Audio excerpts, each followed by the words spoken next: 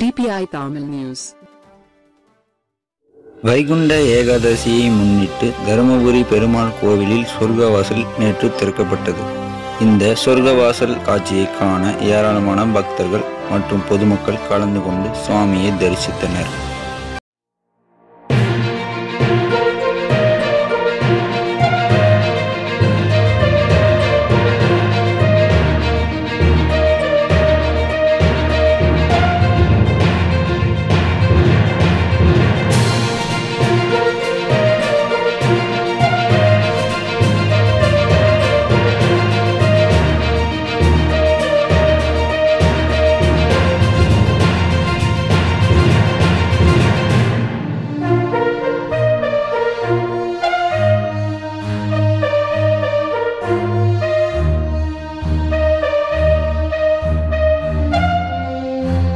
நியூஸுடன் இணைந்திருங்கள்.